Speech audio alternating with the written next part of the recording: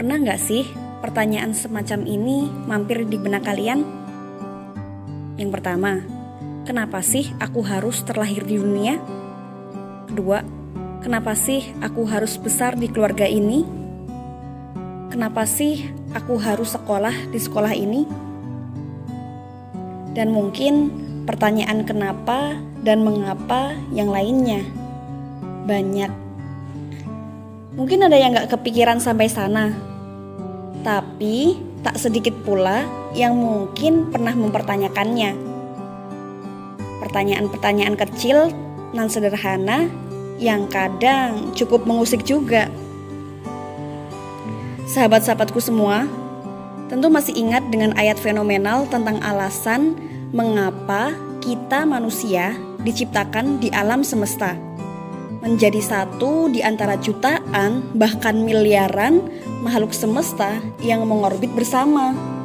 Ada bintang, ada bulan, ada proton, ada neutron, dan ada kita.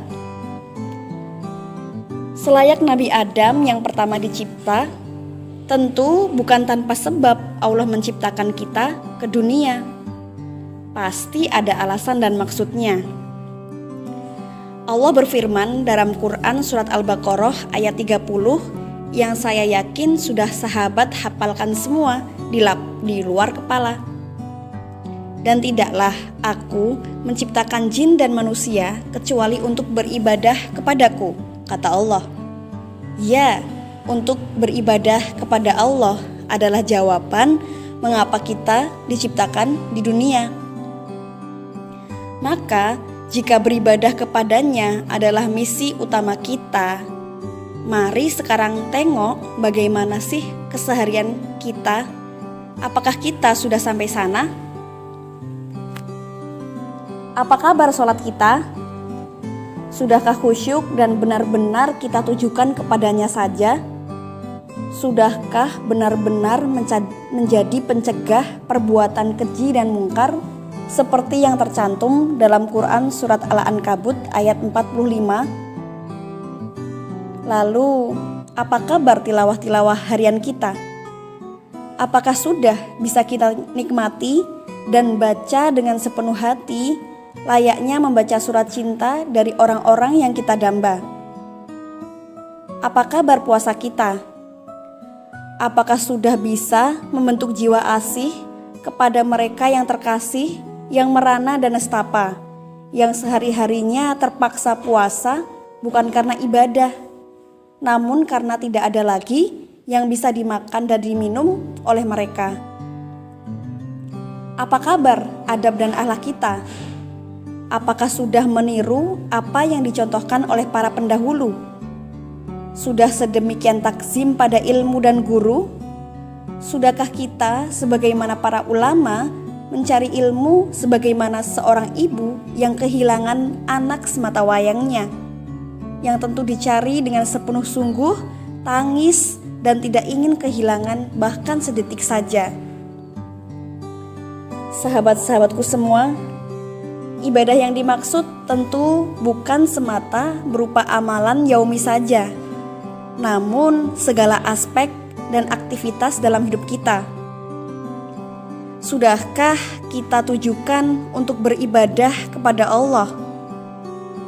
Ya, profesi kita boleh berbeda.